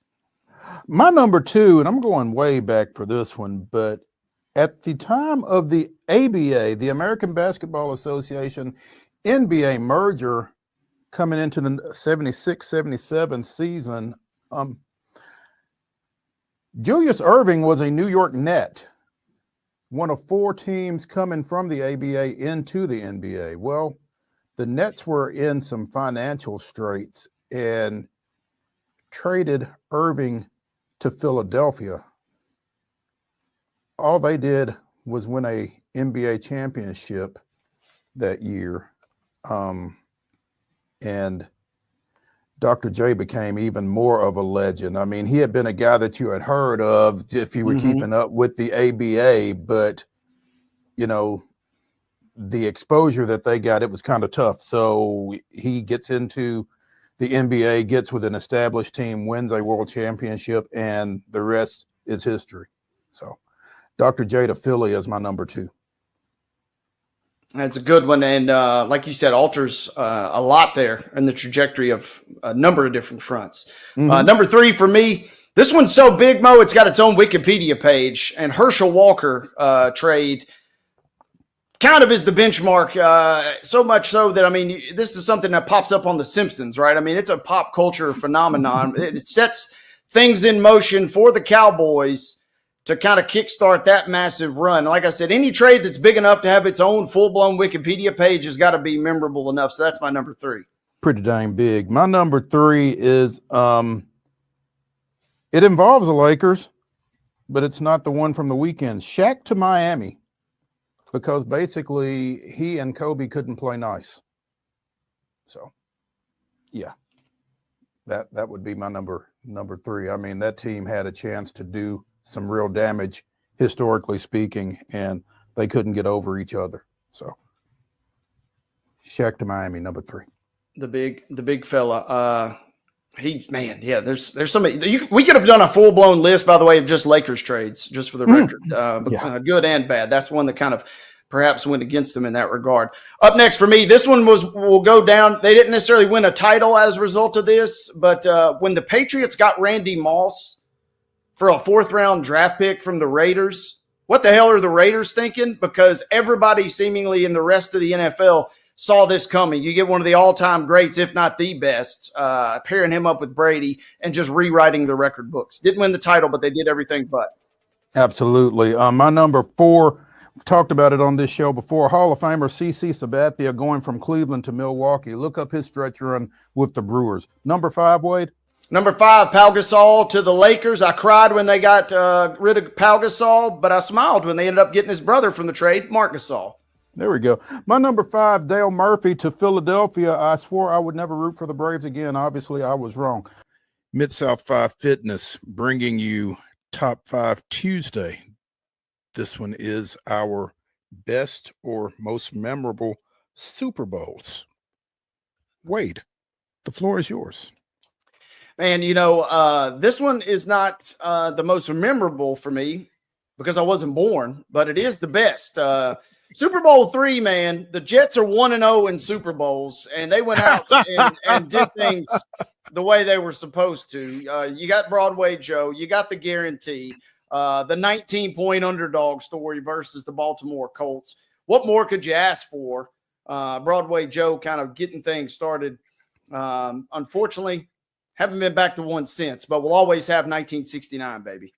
Yeah, what more could you ask for would be him actually scoring, so that he would have been the first Alabama player to score in a Super Bowl rather than Devontae Smith this past weekend. There we go. Yeah. Yeah, that's a good one, even though you weren't around to see it. I will go.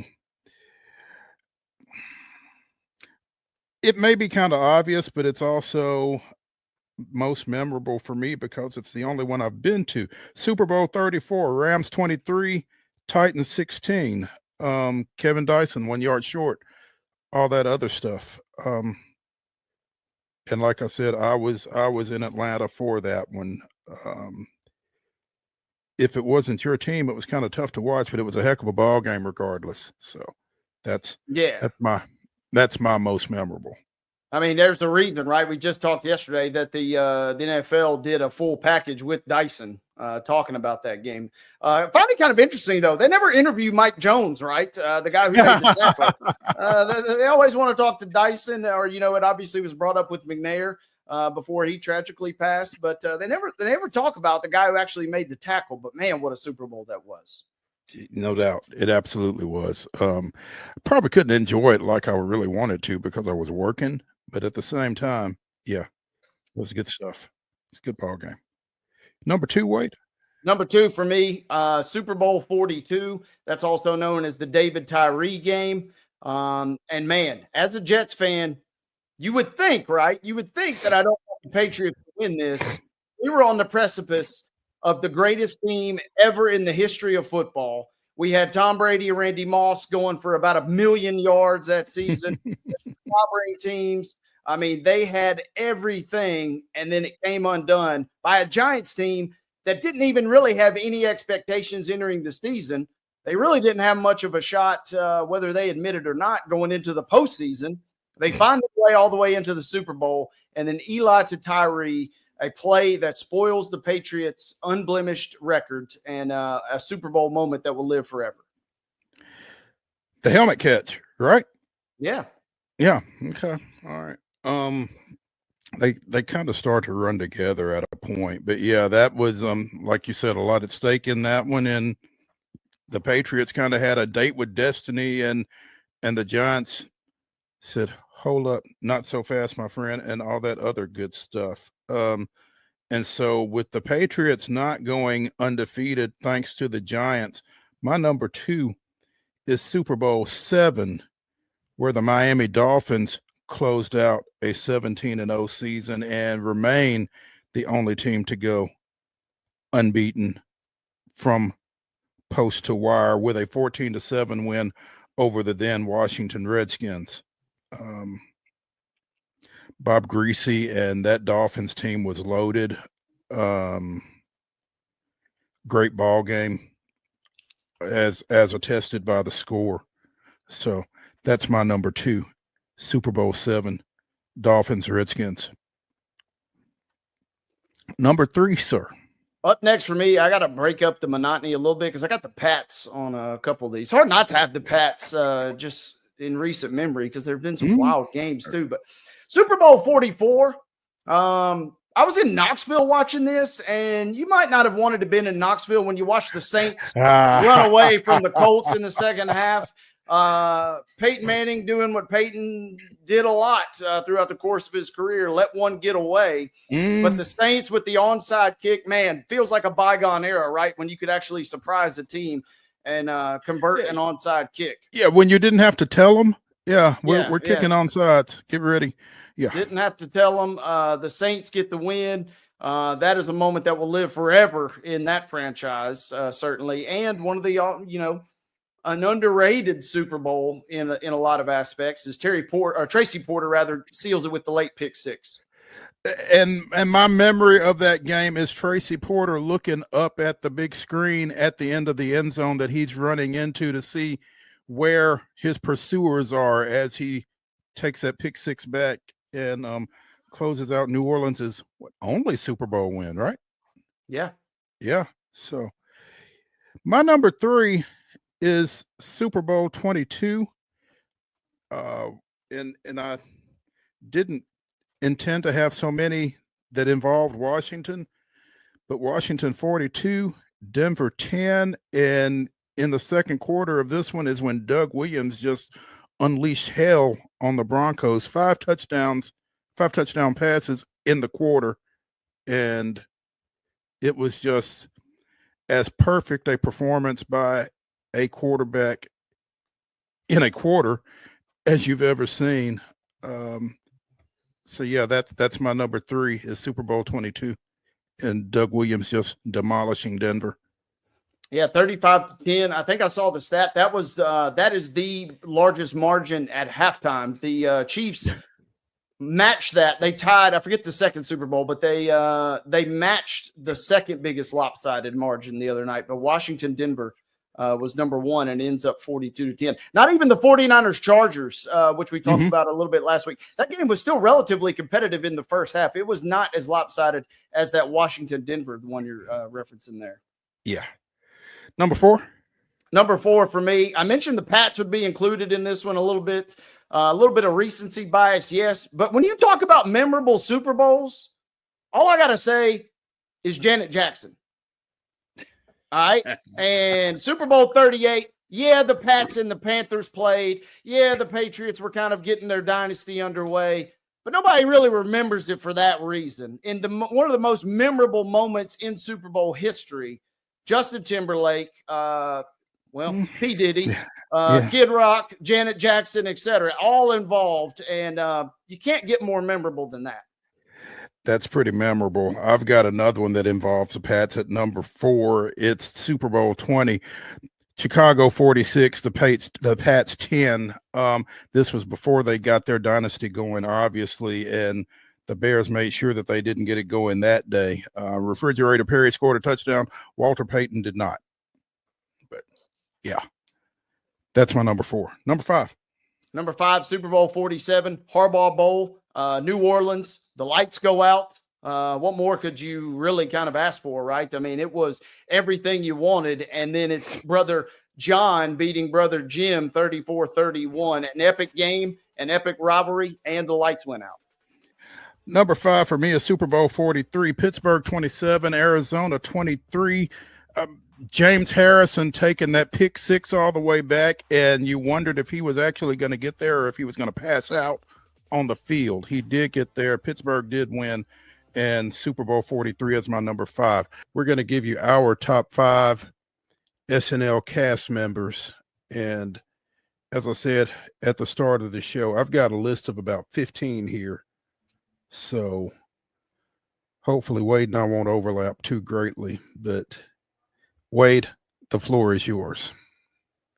Well, we'll get the party started. I mean, there really is only one clear choice. And from 1980 to 1984, Eddie Murphy at the top of the world, coming on the scene, 19 years of age, literally has the entertainment world in the palm of his hand. It's a totally different worldview of Eddie Murphy now. And, I wasn't around for the early onset, but that propelled everything in motion to superstardom, the likes of which, had not been seen almost to that point in terms of crossover. So I got to go with our guy Eddie at number 1 overall. Clear number 1 overall. He was an absolute rocket, man. It was amazing to watch that evolve starting from SNL.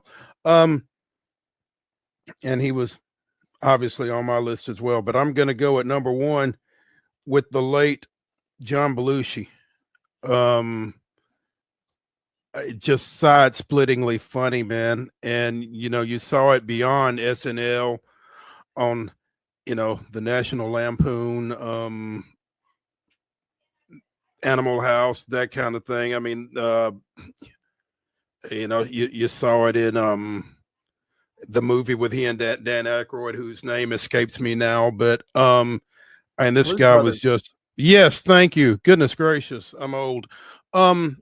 Just one of the funniest guys you would ever come across, and lost way too soon. But John Belushi is my number one because I couldn't have Eddie Murphy.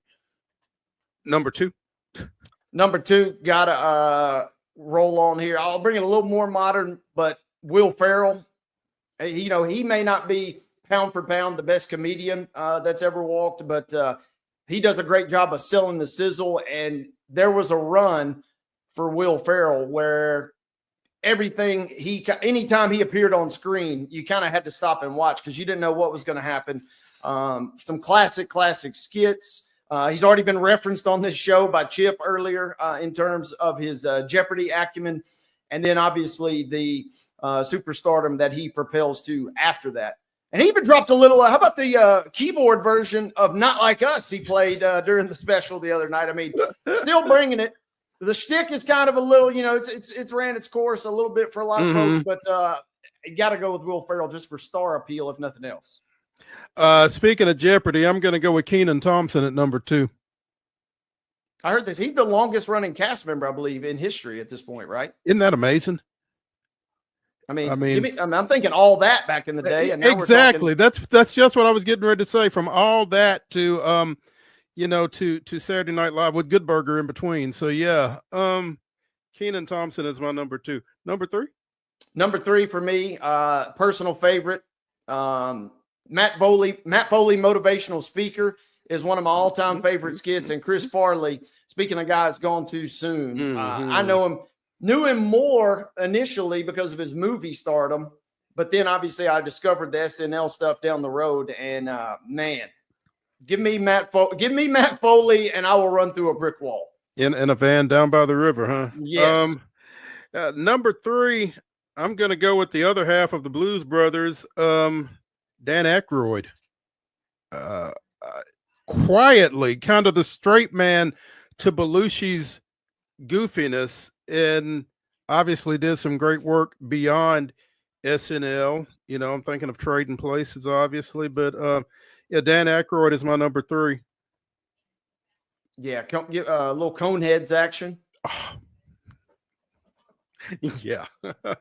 Number four for me, she is kind of transcended like a lot of these stars, and that's kind of what the appeal for me is if you can kind of also do SNL at a high level, but then also go on to bigger things. But Kristen Wiig from 2005 to 2012, about as good as it. Target lady, she's got some great skits all across the board, and just the way I love her delivery more than anything else.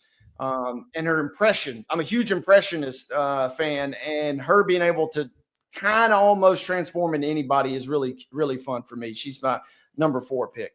And if you've not seen Bachelorettes, I don't know what you're doing with your life. So, that was the movie, right? Yeah, that was her. Bridesmaids. I'm sorry. Yeah, thank you. Man, maybe I'm not as well as I thought I was at the start of this show. Yes, Bridesmaids. Thank you. My number four, speaking of that, Maya Rudolph. Yeah. Her impressions, like you said, particularly of former Vice President Kamala Harris and many others. And she leads a Prince tribute band in her off time. So gotta love that as well. But yeah, she's done some great stuff on SNL. Maya Rudolph is my number four. Number five. Last for me, Molly Shannon, who was on from 95 to 2001. I'm putting my hands under my armpits right now before I pick her, because kind of the same deal with Will Ferrell. Anytime she's on the screen, I know something wild is about to happen. And, it doesn't always resonate, but I can't look away. And she was fantastic. And I have to go with Molly Shannon as my last selection. My fifth and final selection of this exercise, just because of her command of whatever it is that she's in, is Leslie Jones. it's kind of like you were saying that whatever it is that she's doing, whatever skit it is that she's in, you've got to pay attention because you just don't know what you're going to get. And I think that's huge with her. Leslie Jones is my 5th among a number of candidates for best Saturday Night Live cast members. Wade and I will give you our list of movies that did not win Oscars, but are movies we kind of like. So, bad movies we like is our top 5 Tuesday topic. And Wade, the floor is yours. I appreciate it, Mo. And yeah, this is like I said, these aren't going to win any awards. These probably didn't win many, if any, awards. But you still like them. And this one kind of was dawned on me because my first pick, I was obsessed with this movie growing up. I never read the book, but I watched the trailer growing up, and I was so pumped to watch it. And I actually rewatched it about a year and a half ago. But I watched Congo from 1995, the Michael Crichton book. I loved the movie growing up, and I was just so pumped and so amped. And then I enjoyed the remake. And then I got a Rotten Tomatoes. It has a 7% rating. And I gasped in horror because I'm the type of guy, I don't really watch too many movies unless they get good reviews. Yeah. So when I see Congo with that bad a review, it kind of threw me into a little bit of a tailspin about my worldview in general. So I feel like I'm a little underwhelmed. So Congo from 95 has got to be at the top of my list. I don't pay a whole lot of attention to awards and cinematography and that kind of thing. It's just kind of does it entertain me? Does it make me laugh? And, I can't imagine Beverly Hills Cop won any awards back in the 80s when Eddie Murphy was on the come up, but it was funny as hell. And it probably wasn't great cinema, but I liked it. Beverly Hills Cop is my number 1. Yeah, that's a good one, whether it wins any awards or not. The newer ones or the as it went downward in the series, then you can really, those are the ones that maybe they're not so great, but we still like them, right? Right. Yeah. The farther that vehicle went, that franchise went, probably the worse they got. But yeah, we will start with the OG, the original. So. Yeah, quick Google says it was up for at least a People's Choice Award for favorite movie. So at least you got some company there. So it was decent. Up next for me, kind of right on the success of Home Alone. But you go back to 1993. What if Macaulay Culkin was bad? That was the premise of the movie The Good Son. And me and the wife rewatched this one not too long ago. Really enjoyed it. It's 25% on Rotten Tomatoes. And again, we kind of just gasped and said, oh my goodness, we felt bad for even liking that movie at that point. I mean, it felt like we were shook to our core. But evil Macaulay Culkin, you got a young Elijah Wood in the movie as well. That's up next on my list right there from 93. My number 2 is, it's a guilty pleasure. I'm kind of an action movie guy. And Damon Wayans is not necessarily an action movie guy, but when you throw him in with Bruce Willis in The Last Boy Scout from 1992, it's you've got Bruce Willis, you've got Damon Wayans, and you've got Halle Berry on the same set. There's again, it's not great cinema, but I liked it. So The Last Boy Scout is my number 2. Yeah, and it's kind of one that has a cult following as well, and so some iconic scenes in that movie to say the least. It's got 46% on Rotten Tomatoes. Yeah, and we're creeping toward respectability. When we're talking about that. I'm a little surprised at that actually, but okay. All right, number 3, Wade. Number 3 for me, I got a few down the stretch here, but I'm going to go a little more recent. Ocean's 12. I'm a huge Ocean's fan. Even the OG back, in the Rat Pack era, but Ocean's 12, I loved when they go to Europe. I love the ensemble cast as always. That movie wasn't that great, really, in the grand scheme of things. And it was probably the poorest showing of the entire reboot during the franchise's heyday. But Ocean's 12, when they go to Europe, kind of a real guilty pleasure of mine. It's certainly not above Ocean's 11, but I enjoy it just the same, even though it was kind of a stinker. Yeah. Again, this one probably wasn't one of Keanu's better efforts, but I'm going to go with Hardball. Again, it's a 41% on Rotten Tomatoes. Not going to win a lot of awards, but a little bit of a tearjerker there. And it's got Keanu in it, so it can't be too bad, even if it's not necessarily great. I'm going with Hardball. That's a good pull there, and I'm with you. That's the one that'll kind of get you in your feels a little bit. And if you don't know why, just check it out. Because we don't want to spoil it. Yeah. Number 4, Wade. Up next on my list, this is one of my all-time favorite movies. It's not the greatest movie you've ever seen, but Tommy Boy from '95 is. It's a movie I can pretty much quote from start to finish. You got a little bit of everything. Farley is absolutely throwing 100 miles an hour in the movie. Spade is about as good as he gets. Them two kind of kickstarting their little run together. I mean, that really is almost as good as it gets. And Dan Aykroyd playing a villain, kind of. Yeah. Yeah, Zelensky comes in at the end, and he's kind of the schmarmy guy. It's a great watch. It's on network TV a ton too, so you can find it and pop in and out, which I love. So give me Tommy Boy, man. One of my all-time faves. That's a good call. This one, I don't think it was a very good movie, but they made like 2 more of them afterward. But again, I'm going to the OG, Major League. Oh, yeah. Tom Berenger, Wesley Snipes. There were some names in it. Again, not great, not award-winning, but enjoyable. It's an 83 on Rotten Tomatoes. Yeah, that's one of the all-timers. Wow. Okay. Maybe You're in good company. You're a film snob. You just didn't know it. Hey, apparently I am. Yeah. Who knew? Yeah. Major League is my number 4. Major League's a great movie, great watch. Props well deserved. Final one on my list. Scotty doesn't know. That's the refrain from the 2004 classic Euro Trip, and this is one. I mean, there were so many movies kind of in the early 2000s that kind of fit this bill.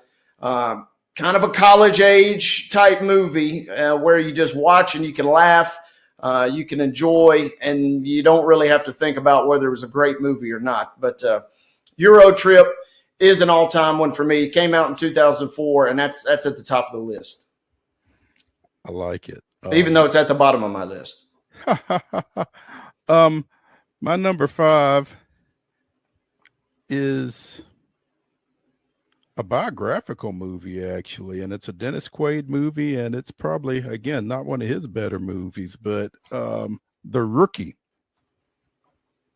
where he portrays former Tampa Bay reliever Jim Morris, based on a true story and all that good stuff. Pretty cool premise. Again, if you're not familiar with it, check it out, but because I don't want to ruin it, but The Rookie is my number 5. It's again not great cinematography, and I can't find how many Rotten Tomatoes it has because it's getting confused with the TV series The Rookie. But it's good stuff if you like baseball. So that's my number 5, The Rookie. I want to give a quick honorable mention. This is broad sweeping, but you could throw any Steven Seagal movie on this list. Growing up, he seemingly came out with a new one every couple of months. You can swing into Movie Gallery and pick you up one. They're all going to be bad, but you're all going to kind of watch them. Growing up, you kind of like those. And then I still haven't seen Draft Day, but a lot of people say they love that movie, even though pretty bad. It was. I wouldn't call it bad. It was just kind of meh, but I like the storyline, and this is kind of the time of year for it, I guess. Yeah, it's on our list. There we go. That's going to do it for Top 5 Tuesday, presented by Mid-South 5 Fitness. Again, 2 great locations, one in Franklin, one in Columbia. Check out Dallas Steele at Steel Athletes, STEEL athletes.com. That is going to do it for Main Street Sports today, presented by the Tennessee Orthopedic Alliance of Columbia. We will see you all at 2 o'clock tomorrow. Come back.